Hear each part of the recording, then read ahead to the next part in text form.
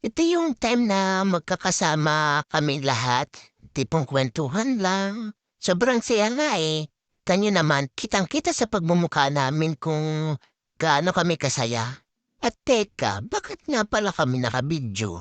Sino kaya nag-setup ng camera nito? Nasaan kaya yung mga ibang kasamahan namin at nawawala yata, hindi nakikipagkwentuhan sa amin?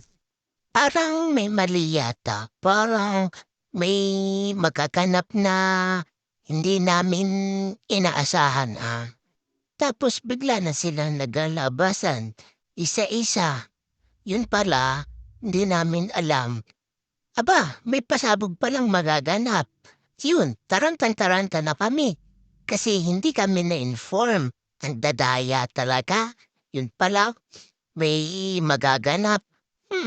Parang may sabwatang nangyari dito, Bakit kaya gano'n? Yung iba may mga lalagyan ng nakahanda, mga pangsalo nila. Samantalang kami habang ang saya-saya naming nagkukuwentuhan, yung pala may magaganap na pagsabog.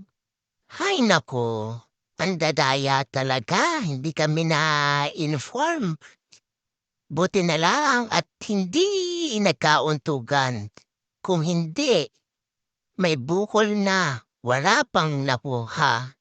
Sa susunod talaga, magiging alerto na ako. Magsasurvey muna ako bago makipagkwentuhan.